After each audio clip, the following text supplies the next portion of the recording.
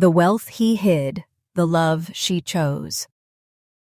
This story is brought to you by Stories by Maya, where emotions, mystery, and unforgettable twists come alive. Don't forget to like, share, and subscribe for more stories. He never expected love to find him in the middle of a city that moved too fast for most hearts to keep up. Chicago's downtown streets were loud, hurried, full of people who had places to be and money to chase. But on a crisp October morning, when the wind rushed past the skyscrapers and carried the smell of roasted coffee beans from a tiny cafe squeezed between two buildings, Ethan Carter stepped inside and walked straight into fate. He didn't look like the kind of man whose name whispered through boardrooms and luxury publications. He didn't look like the man Forbes had secretly tried to get an interview with for nearly a year. He didn't look like one of the youngest self-made billionaires in the country. Instead, he looked like a man who had overslept, thrown on jeans, a gray hoodie, and worn sneakers, and walked into a cafe like he was just another Chicago local trying to warm up. He liked blending in. He liked disappearing. He especially liked being someone people didn't recognize, because money had a way of poisoning relationships before they even began. That morning, he only wanted a quiet drink. But then he saw her. She was sitting beside the window, her hair falling in soft waves over her shoulder, her eyes focused on a worn novel, her smile gentle and unguarded. The kind of smile people didn't wear in a world obsessed with status. Her name, though he didn't know it yet, was Lily Thompson, a kindergarten teacher who believed the world was still fixable, still beautiful, still kind. And she didn't just look kind, she radiated kindness. Ethan felt something unfamiliar tug at him, something warm, something light, something he hadn't felt in a long, long time. He tried not to stare, but the universe seemed determined to push him toward her. When she stood up, her notebook slid off the table and scattered across the floor. Ethan reacted instantly, kneeling beside her to help collect the fallen pages. "Thank you," she said, brushing a strand of hair behind her ear. Her voice was warm, soft, like something you wanted to hear again. "No problem at all," he said, handing her a page. She laughed when she realized half her tiny doodles of flowers and stars were exposed. "Wow, that's embarrassing." "It's cute," he said before he could stop himself. She looked up, and for a second, they just stared at each other. Not awkwardly, not nervously, just quietly, connected. From that moment on, he couldn't stay away. He returned the next day, and the day after. And soon, he wasn't going for the coffee at all.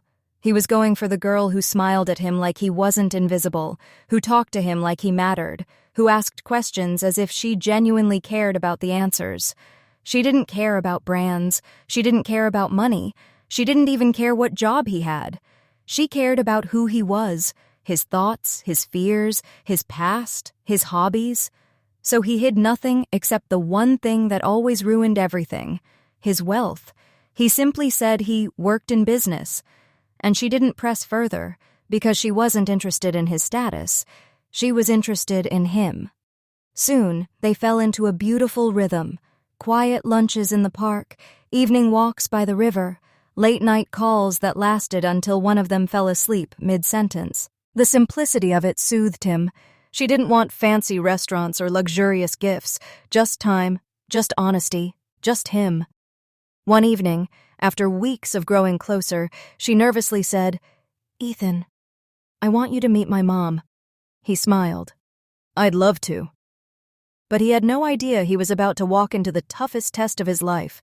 Her mother, Karen Thompson, a sharp-faced woman with high expectations and an even higher opinion of herself, opened the door with suspicion already etched into her gaze. She didn't greet him with warmth. She didn't even pretend to be polite. Instead, she evaluated him like he was a disappointing sale item. "And you are?" she asked, crossing her arms. "Ethan," he said kindly, offering his hand. She didn't take it. "You work in what again?" "I manage a few things," he replied casually, purposely vague. "Manage?" Her eyebrows lifted. In other words, you're not successful. Lily's jaw tightened. Mom, stop. But she didn't. How much do you make? Karen pressed. What kind of future do you think you can give my daughter? Ethan didn't flinch. He'd been insulted before. Money had given him enemies. Pretending not to have money gave him judgment. He preferred the judgment. It was honest, at least. I get by, he said quietly. Oh, that's comforting, her mother snapped. My daughter deserves stability, not a man who lives paycheck to paycheck. Lily stepped forward. Mom, that's not fair. Ethan is… What? Karen barked. A dreamer? A maybe-later type of guy? A man who manages things? Ethan stayed calm. He didn't defend himself. He simply observed. Her judgment didn't hurt him as much as it disappointed him, but not because of how she treated him, because of how it affected Lily. She looked mortified.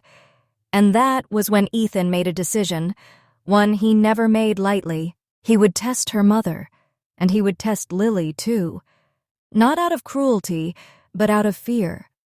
Fear that if he didn't hide who he truly was, they would love his money instead of him.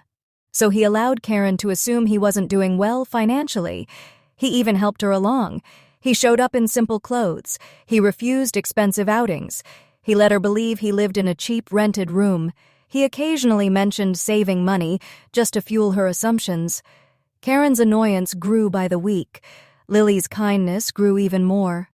When he told Lily he couldn't afford to join her birthday dinner, she canceled the restaurant reservation and cooked for them both in her small apartment. When he pretended to stress about his car breaking down, she offered him rides without hesitation. When he said he couldn't buy new shoes yet, she stitched the old ones for him as a sweet joke. But the gesture meant more to him than anyone could understand.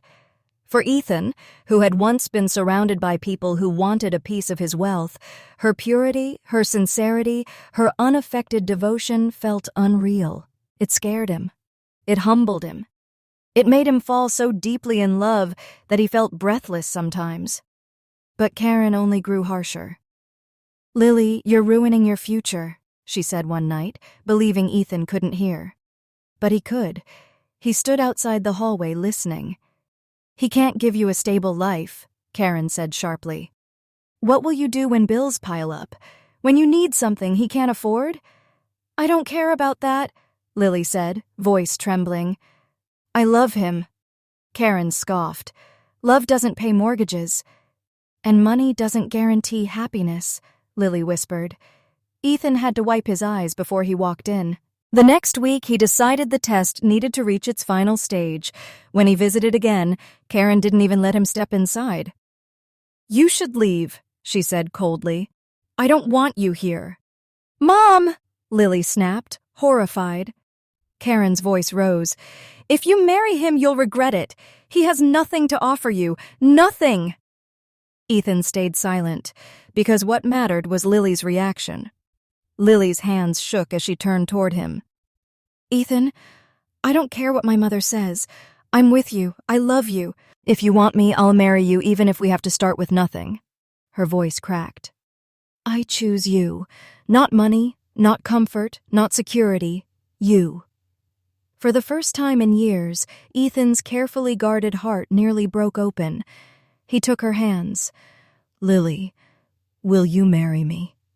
Yes, she whispered instantly. 1,000 times yes. Karen gasped in outrage.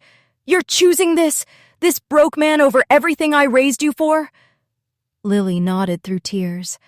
I'm choosing the man who treats me gently, who listens to me, who respects me, who loves me. That's all I need. It was the most beautiful moment of Ethan's life. It was also the moment he knew the test was truly over. But he wouldn't reveal the truth yet, not until her mother genuinely softened. The next afternoon, Ethan received an unexpected knock. Karen stood outside his small rented building, the one he had deliberately chosen for the test, even though he secretly owned a luxury penthouse only 15 minutes away. She looked embarrassed, uncomfortable, human. I came to apologize, she said stiffly. Lily is crying. She wants you, And maybe I judged too fast. Maybe money isn't everything. She swallowed her pride. If she wants to marry you, I won't stand in her way. It wasn't warm acceptance, but it was real acceptance. And that was enough. Ethan nodded. Thank you, she sighed. I still don't think you're very successful, but maybe I was wrong about what matters. He smiled. Maybe. If only she knew just how wrong she was. And that is where part 1 ends. With love proven, judgment softened, and a truth still waiting to explode, Lily had always believed in choosing love over fear, and that night, as she held Ethan's hands in her living room, she felt more certain than ever. They were both emotional, tired, shaken by her mother's harshness, but stronger because of it. Ethan looked at her like she was the first good thing that had ever happened to him, and she looked at him like he was the kind of man she wanted to grow old with. I meant what I said, she whispered softly. I'm marrying you, Ethan, even if we have to build everything from scratch. He didn't speak right away, because the truth sat heavy on his chest, a truth so massive that it could shatter everything if he revealed it the wrong way. Lily, he said quietly, brushing his thumb along her cheek. I need you to trust me. There's something I've been meaning to tell you. Something important. She smiled, unaware of how life-changing the next 24 hours would be.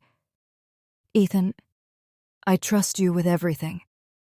He held her for a long time, inhaling her calmness, her certainty, her warmth. But he didn't reveal anything yet, not until the moment was right, not until her mother could see him for who he truly was, not for what he had. That night, for the first time in weeks, he slept peacefully. The next morning, he woke up early, dressed simply, and drove to pick Lily and Karen up, in the same modest sedan he had used throughout the entire test. He parked in front of Lily's apartment building and waited. Karen opened the door first, her expression tight but controlled. She still wasn't thrilled, but she wasn't hostile anymore either. Lily walked out behind her, her eyes lighting up when she saw him. She kissed his cheek gently. You ready? Ethan asked. More than ready, she beamed. Karen raised an eyebrow. Where exactly are you taking us? You'll see, he replied calmly. It's important. Karen murmured something under her breath, something suspicious but too soft to catch. Lily climbed into the passenger seat, and Karen reluctantly settled into the back. Ethan glanced at Lily, who smiled encouragingly, and then he started driving. But instead of heading toward the modest neighborhoods they were used to, Ethan turned toward the wealthy district, the one lined with towering mansions, long gates, and perfectly manicured lawns. Karen's suspicious expression sharpened. Ethan, where are we going? To my home, he said simply. Karen frowned. Your rented room?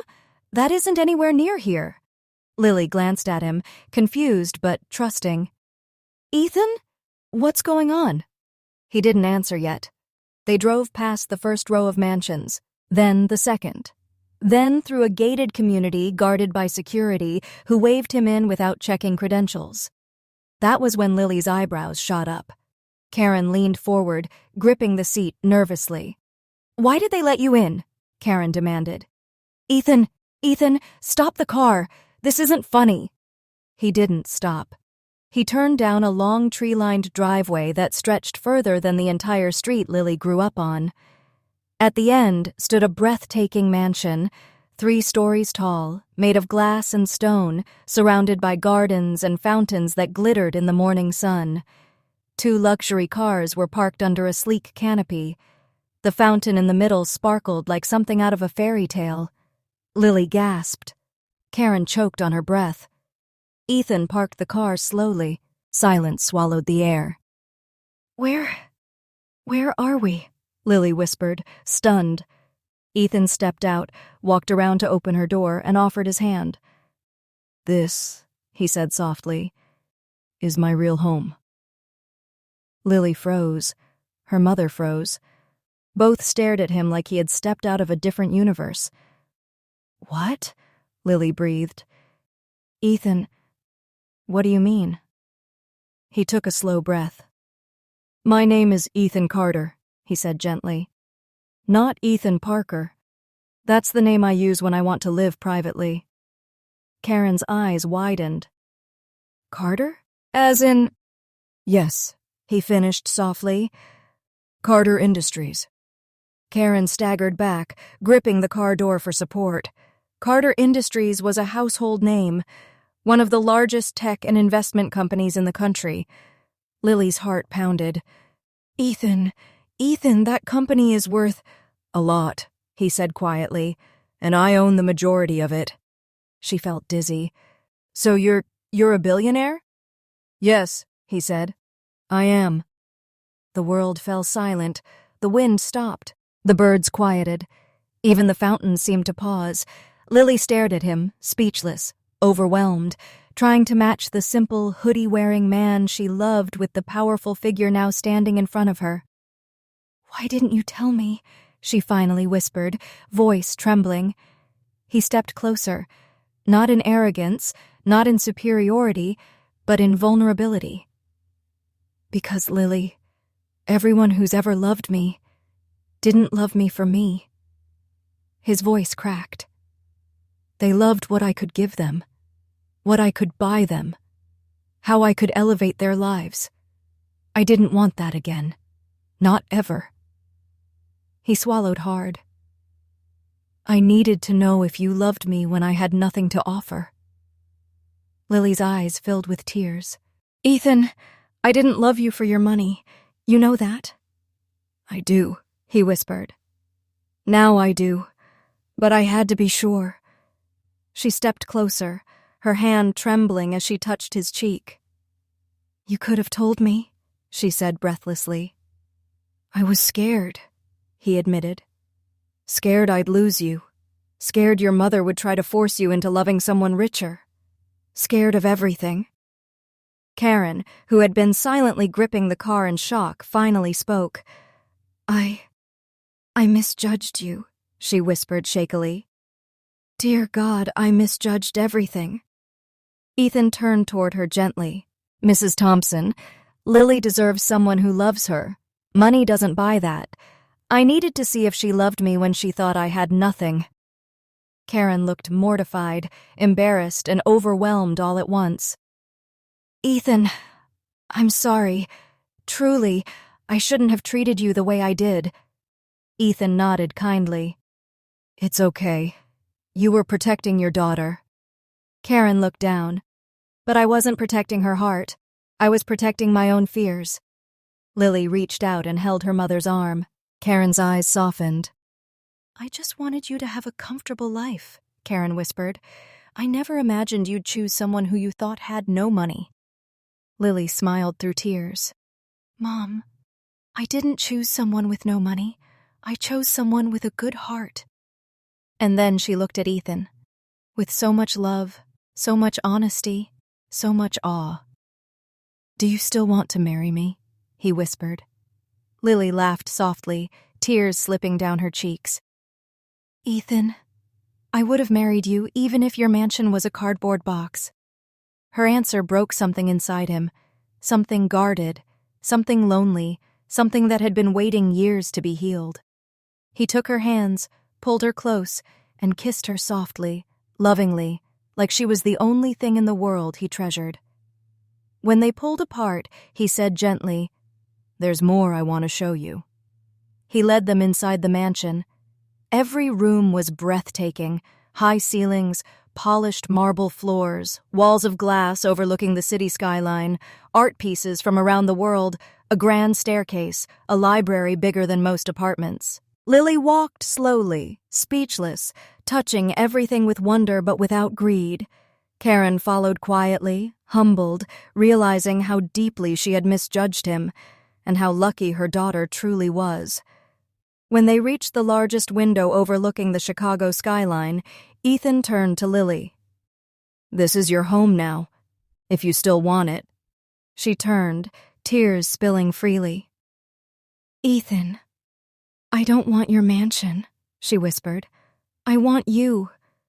The same you who sat in a cafe in a hoodie. The same you who helped me pick up my notebook pages. The same you who held my hand when I was scared. Her voice cracked. I love you. Not your wealth. Not your empire. Just you. He felt his own tears form, rare for a man who had built his world behind walls. He knelt down, pulled a small velvet box from his pocket, and opened it. Lily Thompson, will you marry me?